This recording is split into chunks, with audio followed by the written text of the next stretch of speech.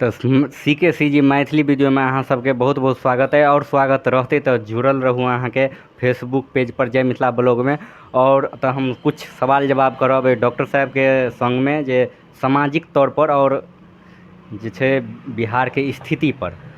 तो सबसे पहले हमर सवाल आ जवाब जे जना देख रहल छे अपन बिहार के जे स्थिति छे बहुत गड़बड़ चल रहल छे और अपन जे सांस्कृतिक छे उ सांस्कृतिक भुला के देखे छे दोसर के सांस्कृतिक अपन अपना रहल छे। उ कथी ला किया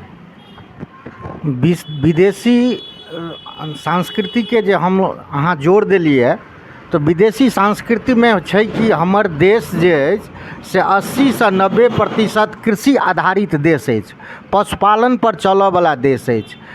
एक माटि पानि से जुड़ल ई मिथिलांचलक देश ई बिहार जे में जे राज्य पड़ैया एहिमे लोक 80 से 90% कृषि पर आधारित अछि। कृषि से लऽ कऽ और शिक्षो के स्तर सरकारी स्तर से गिर पड़लैया। अखन जे छै सरकारी स्कूल में बच्चा पढ़ऽ नहीं जाइ छै, नशा के प्रयोग करै छै, नशा से ओ पागलपन ओकरा में सवार हर गाँव में देखल जाइए। 20 से 30 50 लड़का पागल भेल जा रहल छै, ने ओकरा नौकरी भेटै छै ने किछ ने, सामाजिक स्तर से नीचा गिर रहलैया। किसानक स्थिति बहुत बदहाल छै, सरकार एहिठाम ने किसान के क्यों नहीं देखे वाला छै। पशु जे पालन होइ छलैया नीक दूध दही भेटै छलै ओ आब नहीं भेट रहल छै, शुद्ध नहीं मिल रहल छै। तो जे किसान के पास गरीब किसान छै ओकरा लग में ने पाई छै जे मान लिअ खेती के आगा बढ़ेतै, ने किसान के लोन दऽ रहलैया ई सरकार। एहि सरकारक जे छै स्थिति बहुत खराब छै। ई सरकार जे छै सीधे रोड सड़क बनबै ला चाहै छै, बिजली बेच देलकै, तेल बेच देलकै, रेल बेच देलकै, सबटा बेच कऽ ई सरकार अपना तऽ पत्नी छै ने ओकरा सबके पत्नी के मारि कऽ हटबऽ चाहै छै। एहि सरकारक ई गति भऽ गेल छै। लड़का सभक स्थिति पढ़ाई लिखाई में आब मोन लगै नहीं छै। बच्चा बुझै छै जे हमरा नौकरी हेबे नहीं करत, या नौकरियो छै तऽ बहुत टफ भऽ गेल छै नौकरी।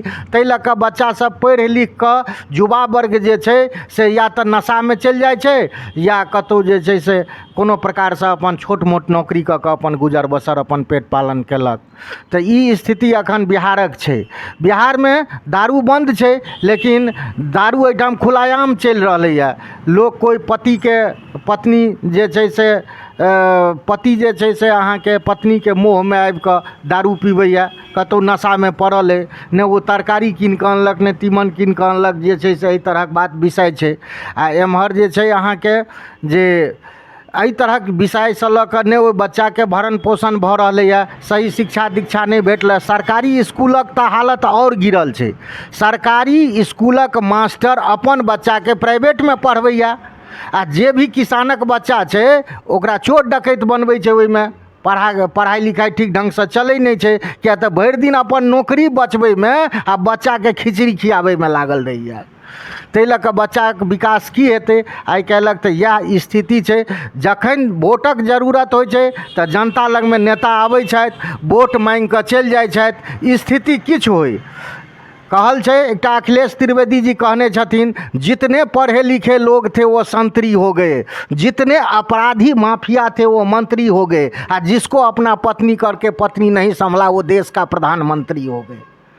तो प्रधानमंत्री तो अपन पत्नी छोड़े देने छथिन, चाहे छथिन जे सबके छोड़ा के बाबाजी बना दिए एक तरफ से।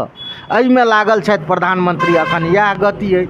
ई तो भऽ गेल उ अहाँ के भारत के लेवल पर उ जे भाषण अखन देलिए। और अपन सामाजिक तौर पर जैसे अपन धर्म और सामाजिकता के संस्कृति के जे बिसरल जाए, देखे छियै आइ काल्हि के लड़की के जे हाफ पेंट में टी शर्ट में बोआ रहल छै, उ तऽ माने लड़का सबके एगो बहकावा दै छै जे हमरा बलात्कार हुआ फन्ना हुआ चिन्ना और ई धांधली सब होइत रहे। तो ओहिके बारे में कुछ मिथिलांचलक कल्चर छै जे महिला परिपूर्ण कपड़ा पहनै छलखिन हेँ, छोट कपड़ा। पश्चिमी सभ्यता हमसब नहीं करै छलहुँ हेँ नकल, लेकिन आब ओ सभ्यताके हम अहाँ नकल करऽ लगलहुँ हेँ। ओहि नकल कऽ कऽ छोट महिला सब छोट छोट कपड़ा पहनै छै, जाहिसँ बलात्कार बढ़ै छै। हाँ, संदिग्ध अपराध बढ़ि रहलैया दिनानुदिन। आ जे छै से आ एक तऽ स्तर अहाँके सरकार से विवाहक जे छै से ऊपर उठा देलखिन जे हिसाबसँ, तऽ पढ़ाई लिखाईके लऽ कऽ ओ तऽ बढ़िआँ भेलै, लेकिन जे छै बाल विवाह हमरा देशमे विरोधी अइ, बाल विवाह नहि हेबाक चाही। तऽ एहि सब लऽ कऽ तऽ अहाँके बहुत तरहक बात छै। आओर एहिठामक जे कल्चर छै से हम अहाँ पश्चिमी सभ्यताके नकल करलहुँ हेँ। तऽ पश्चिमी सभ्यता तऽ वएह चीज छै, हम पहिले हमसभ किसान छलहुँ हेँ, किसानसँ जे माटि पानिसँ उपजल जे चीज होइ छलै तकरा सेवन करै छलहुँ, हर घरमे नाश्ता बनै छलै। आब नाश्ताके अहाँके व्यवस्था उठि गेलै, लोक बच्चाके देखै छियै डिब्बा खा कऽ पैकेट खा कऽ भरि दिन ओ अपन तऽ ओहिसँ ओकर लीवर खराब भऽ जाइ छै, किडनी खराब भऽ जाइ छै, या नाना प्रकारक इलाज करबऽ पड़ै छै। तहिना पहिरावा ओढ़ावामे संस्कार अहाँके बच्चाके जे पश्चिमी सभ्यताके हम अहाँ नकल करै छी, विदेशक नकल करै छी, ओहिसँ की होइए तऽ हमरा अहाँके बच्चाके स्थिति संस्कार दिनानुदिन गिरल चलि जाइए।